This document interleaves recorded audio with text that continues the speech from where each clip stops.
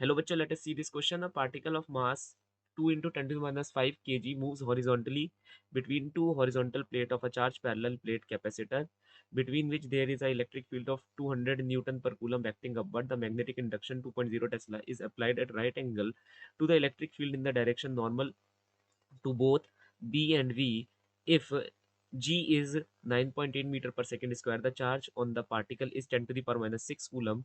Find the velocity of the charged particle so that it continues to move horizontally. First option 2 meter per second, second option 20 meter per second, third option 2.2 meter per second and fourth option is 100 meter per second. So question हमें कुछ ऐसा दिया हुआ है कि हमारी parallel plates है जिसमें इलेक्ट्रिक फील्ड ऊपर की तरफ काम कर रही है, ग्रेविटी नीचे की तरफ काम कर रही है, हमारा चार्ज पार्टिकल हॉरिजॉन्टली मूव कर रहा है और हमारी मैग्नेटिक फील्ड जो है वो एग्जिस्ट कर रही है but it is perpendicular to V and E both और E is also perpendicular to V and V both. So हमारे पास यहाँ पर एक चार्ज पार्टिकल है जिसका चार्ज हमें कितना दे रखा है. पहले हम डेटा को लिख लेंगे. Charge is 10 to the power minus 6 coulomb. That is the nature of charge particle is positive. The mass of charge particle is 2 into 10 to the power minus 5 kg and the electric field which is given to us is 200 Newton per coulomb. Magnetic field is given to us as 2.0 Tesla. All of them are the magnitude of the respective fields. Now हमारे पास सबसे पहली बात ये आ जाती है कि magnetic field किस direction में एक्ट करनी चाहिए. क्या वो अंदर एक्ट करनी चाहिए, क्या वो बाहर एक्ट करनी चाहिए. उसके लिए सबसे पहले हम की कंसेप्ट के बारे में डिस्कशन करेंगे. की कंसेप्ट, अगर हमारे चार्ज पार्टिकल को अनडिविएटेड जाना है तो सबसे पहला की कंसेप्ट है कि यहाँ पर फोर्स बैलेंस होना चाहिए.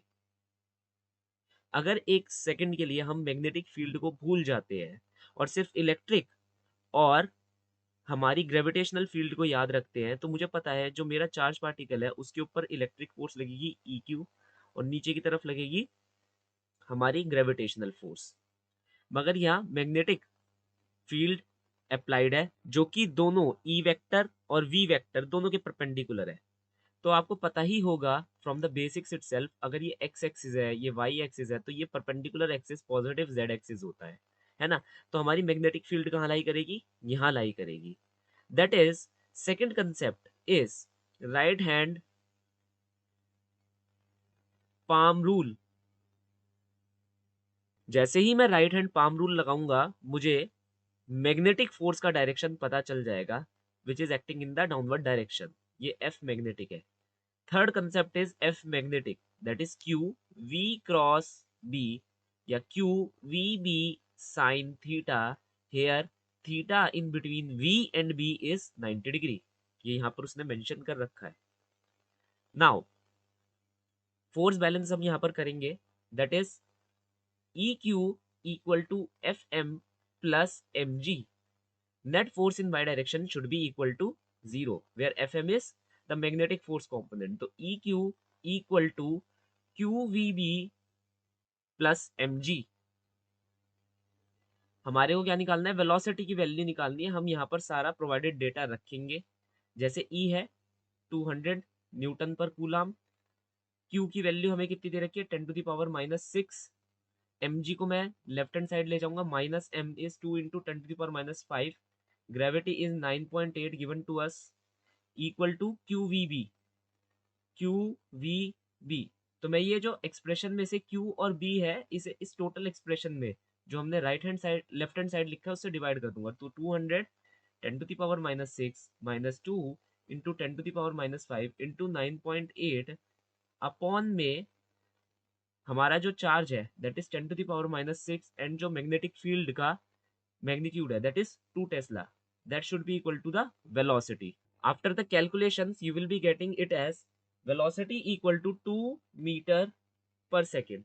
Now further I want to tell you something over here that कि हमारे को ये पता होना चाहिए कि हमेशा जो इलेक्ट्रिक component of force है it is way more greater than the gravitational component of the force. Electric component of the force EQ is way more greater than mg. तो अगर हमें इसे कॉम्पनसेट करना है, हमें इसे कॉम्पनसेट करना है तो जो मैग्नेटिक फील्ड है वो out of the plane of paper exist करनी चाहिए जिसकी वजह से जो मैग्नेटिक फोर्स होगी वो नीचे लगेगी. ये दूसरा लॉजिक है जो मैं आपको यहाँ पर बता रहा हूँ, ये मेन लॉजिक है जो आपको यहाँ पर याद रखना है।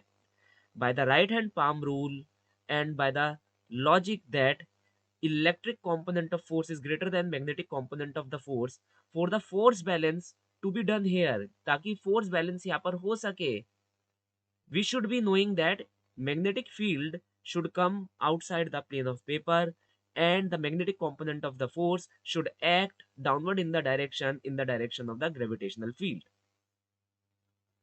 So the final answer of the following question is option number 1. Hope you understand it well. Best of luck.